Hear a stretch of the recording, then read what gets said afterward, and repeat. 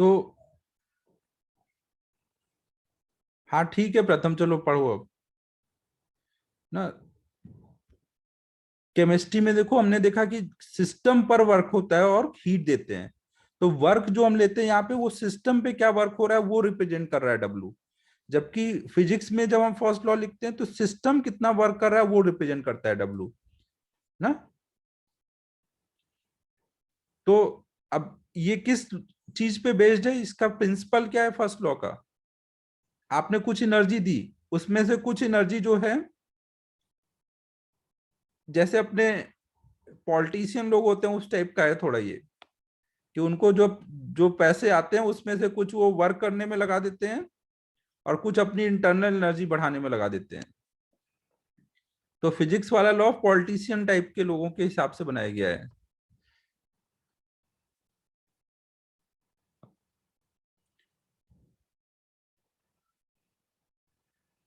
अब ये अलग बात है कि ये हो सकता है बहुत कम हो और ये बहुत ज्यादा हो, बट लॉ अपना जो फिजिक्स का है वो, फिजिक्स क्या है, स्टडी ऑफ नेचर है ना, तो जो नेचर में हो रहा है उसी हिसाब से बनाया गया है लॉ।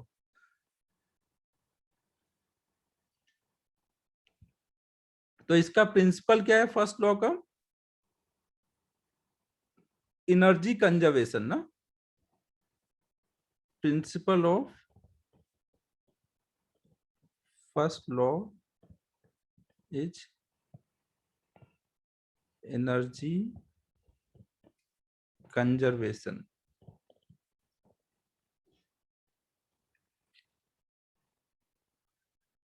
साइन कन्वेंशन यहां देखो अलग हो जाएगा, क्योंकि साइन कन्वेंशन देखो केवल किसका अलग होगा, केवल वर्क का अलग होगा साइन कन्वेंशन, क्योंकि वहां पे वर्क मतलब अलग मीनिंग था, यहाँ वर्क मतलब अलग मीनिंग है। क्यू और यू का साइन कन्वेंशन सेम रहेगा। तो अब मैं साइन कन्वेंशन एक एक करके सबका बता रहा हूं ना, पहले ये नोट कर लो।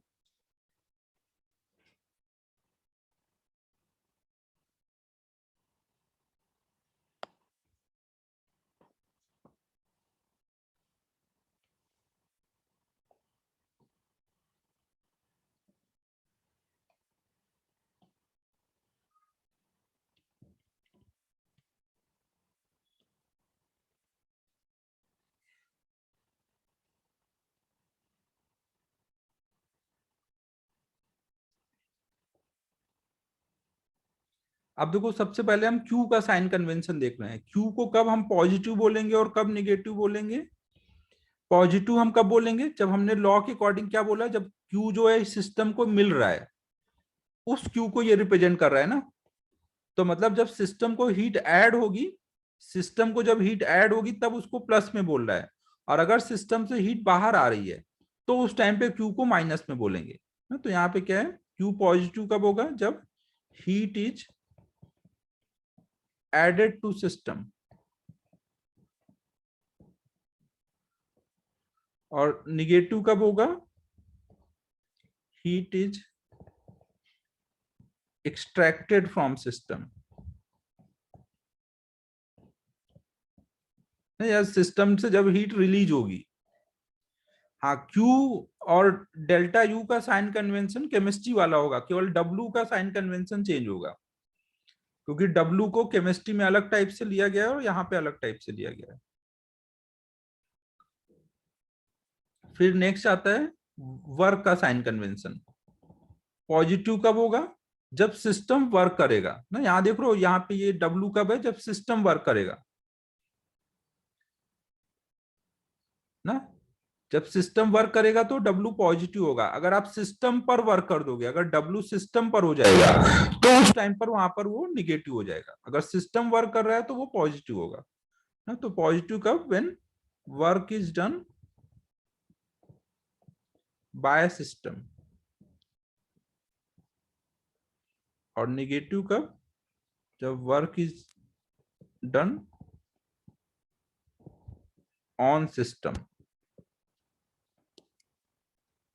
सिंपल लैंग्वेज में मैं आपको बता दूं, अभी मैं आगे समझाऊंगा, जब वॉल्यूम बढ़ रहा होगा तो वर्क प्लस पे लेना होगा, और जब वॉल्यूम कम हो रहा होगा तो वर्क माइनस में लेना है। सिंपल लैंग्वेज में आप यहाँ पे ध्यान रखो, वी मतलब वॉल्यूम है, अगर वॉल्यूम बढ़ रहा होगा तो सिस्टम वर्क कर रहा होगा ना, अभी वर्क में समझाता हूँ, और जहां वॉल्यूम कम हो रहा होगा वहां वर्क निगेटिव होगा।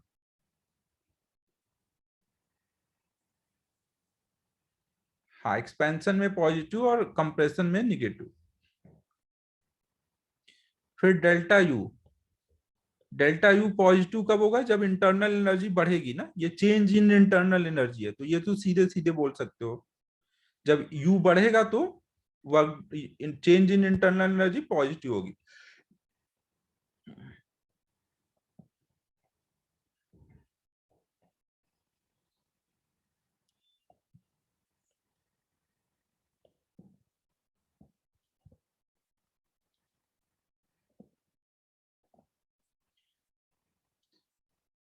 दो डेफिनेशन मतलब क्या बोल रहा है ये? केमिस्ट्री फिजिक्स की बात कर रहा है क्या?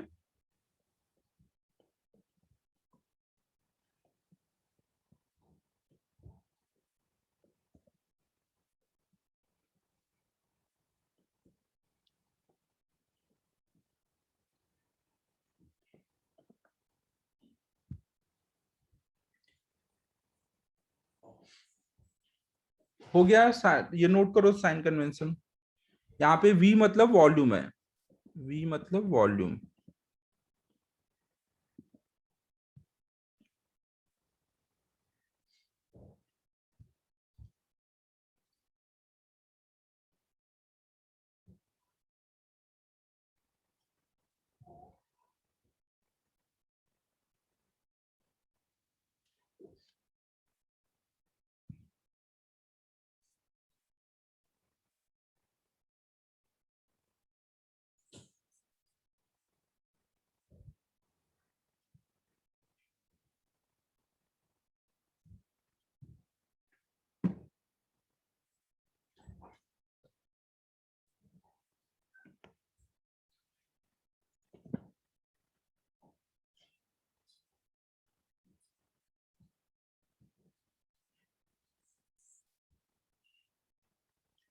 अब देखो, ये जो हमने फर्स्ट लॉ देखा, इस फर्स्ट लॉ में क्या क्या टर्म आए? Heat given to system equal to work done by system plus change in internal energy. तो ये तीन टर्म आ रहे हैं ना, तो हम एक एक करके इन तीनों टर्म को पहले निकालना सीखेंगे और उसके बाद इनको यूज करना सीखेंगे ना। एक बार हम Q के बारे में देखते हैं, एक बार W के बारे में और एक बार U के बारे में। अब ये सब देखने से पहले हमें एक चीज और देखनी पड़ेगी, मोलर हीट कैपेसिटी। वो देख लेते हैं, उसके बाद हम एक एक करके इन तीनों टर्म के बारे में देखेंगे ना। तो हम लोग अब नेक्स्ट देखने जा रहे हैं मोलर। अबे साइन कन्वेंशन देखना श्रेयस भाई, जब वर्क को यहाँ अलग टाइप से डिफाइन किया गया है ना, यहाँ सिस्टम वर्क कर रहा है वो रिप्रेजेंट कर रहा है फर्स्ट लॉ में W। सिस्टम कितना वर्क कर रहा है उसको रिप्रेजेंट कर रहा है W। और केमिस्ट्री में सिस्टम पे क्या वर्क हो रहा है वो W रिप्रेजेंट कर रहा है। दोनों अलग अलग चीजें हैं ना, एक ही चीज को अलग टाइप से डिफाइन किया गया है, उससे कोई फर्क नहीं पड़ता। जब आप वैल्यू डालोगे तो दोनों एनर्जी कंजर्वेशन को ही बता रहे हैं, है दोनों एक ही चीज, बस बोलने का तरीका अलग हुआ है।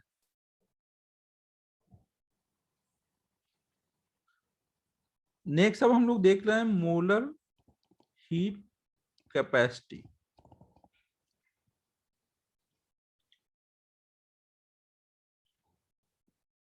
अब देखो ये मोलर हीट कैपेसिटी,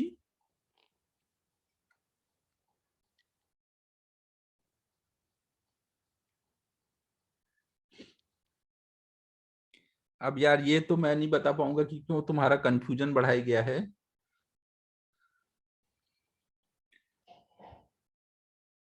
देखो मोलर हीट कैपेसिटी क्या है, जैसे आपने स्पेसिफिक हीट कैपेसिटी देखा था ना, बस स्पेसिफिक की जगह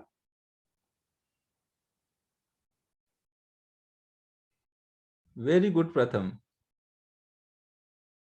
प्रथम के पास है सारे जवाब। तो यहाँ पे देखो मोलर हीट कैपेसिटी है और इसके पहले आप स्पेसिफिक हीट कैपेसिटी देख रखे हो। स्पेसिफिक हीट कैपेसिटी में क्या होता था, यूनिट मास का यूनिट टेम्परेचर बढ़ाने के लिए कितनी हीट लगती थी। तो स्पेसिफिक की जगह मोलर आ गया है, तो बस यूनिट मास की जगह यहाँ यूनिट मोल कर देना है। यूनिट मोल का यूनिट टेम्परेचर बढ़ाने के लिए कितनी हीट लगेगी, ये मोलर हीट कैपेसिटी होगी। इसको हम लोग सी लेटर से दिखा रहे हैं। ये है क्या, heat required to increase unit temperature of unit mole is called molar heat capacity.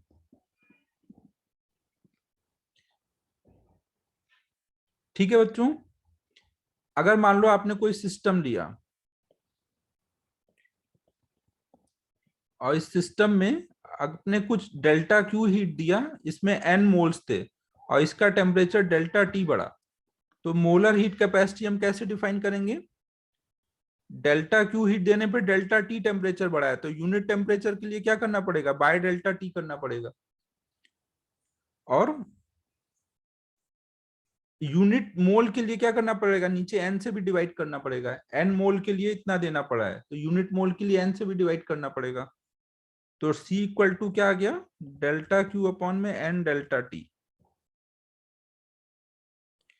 और इससे आप लिख सकते हो delta Q equal to n C delta T ना। जैसे delta Q equal to m s delta T होता था वैसे एन सी डेल्टा टी होगा। सी मोलर हीट कैपेसिटी है। समझ आ रहा है सभी को?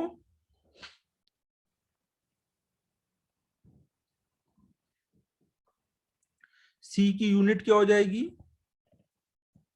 ना? ऊपर जूल है, नीचे पर मोल पर केल्विन ना, तो इसको हम बोलेंगे जूल पर मोल पर केल्विन या फिर कैलोरी पर मोल पर डिग्री सेंटीग्रेड।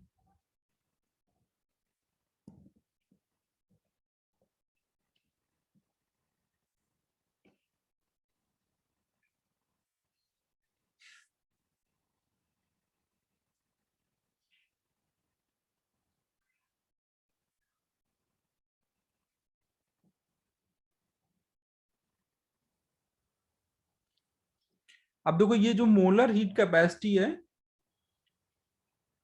इसको हम लोग दो केसेस के लिए याद रखेंगे और एक जनरल फॉर्मूला बना लेंगे जो हर जगह लगा पाए।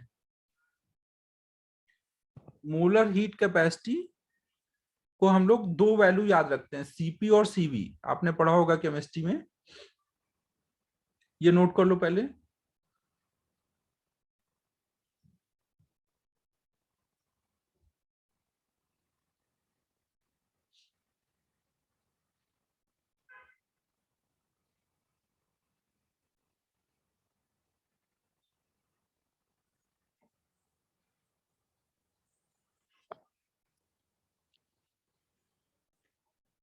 तो इसमें हम लोग एक देख रहे हैं molar heat capacity at constant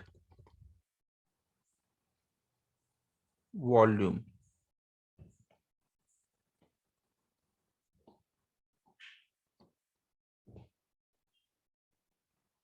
जिसको हम लोग सीवी से रिप्रेजेंट करेंगे।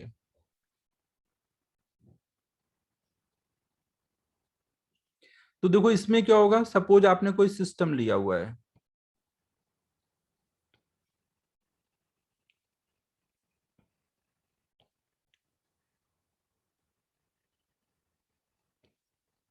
और इसमें गैस भरी हुई है, गैस को थोड़ा नीला नीला दिखा दिया जाए, और इसमें अगर हम कुछ हीट ऐड करेंगे ना, अगर हम सिस्टम को कुछ हीट देंगे, अगर इसके वॉल फिक्स हैं, अगर कंटेनर के वॉल फिक्स हैं तो ये सिस्टम क्या एक्सपैंड कर पाएगा?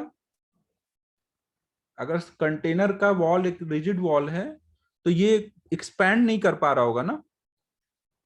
तो जब ये एक्सपैंड नहीं करेगा तो गैस कुछ वर्क भी नहीं कर पाएगी ना, क्योंकि वर्क करने के लिए गैस को वॉल को आगे मूव कराना पड़ता है ना। तो जब ये मूव ही नहीं करेंगे तो यहाँ वर्क नहीं होगा। जब वर्क नहीं होगा तो वहां पे वॉल्यूम क्या बना रहेगा? कांस्टेंट ना। वॉल्यूम अगर कांस्टेंट वॉल्यूम बोला है तो वहां पे वर्क जीरो होगा। तो वहां पे आप बोल सकते हो फर्स्ट लॉ ऑफ थर्मोडायनेमिक्स से Q CV इक्वल टू क्या होता है हमारा, C इक्वल टू देखो क्या था, delta Q upon N delta T. तो आप ऐसे लिख सकते हो CV equal to Q upon में एन डेल्टा टी।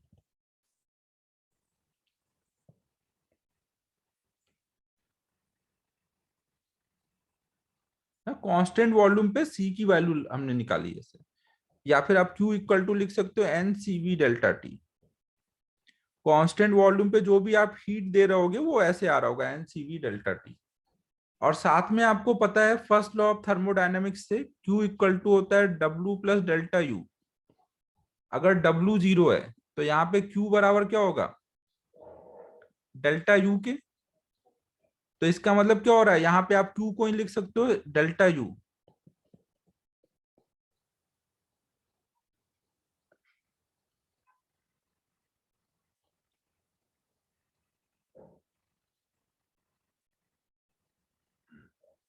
अब देखो आपने पीछे पढ़ा था U इक्वल टू क्या फॉर्मूला पढ़ा था, NF/RT/2।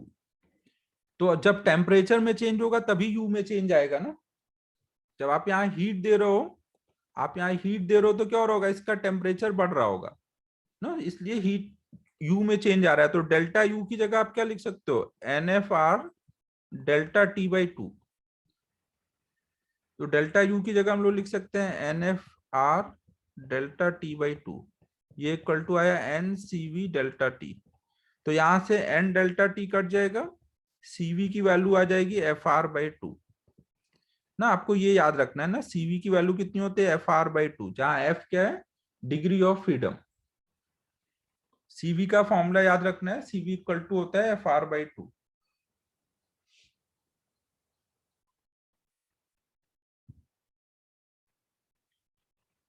नोट कर लो इसको।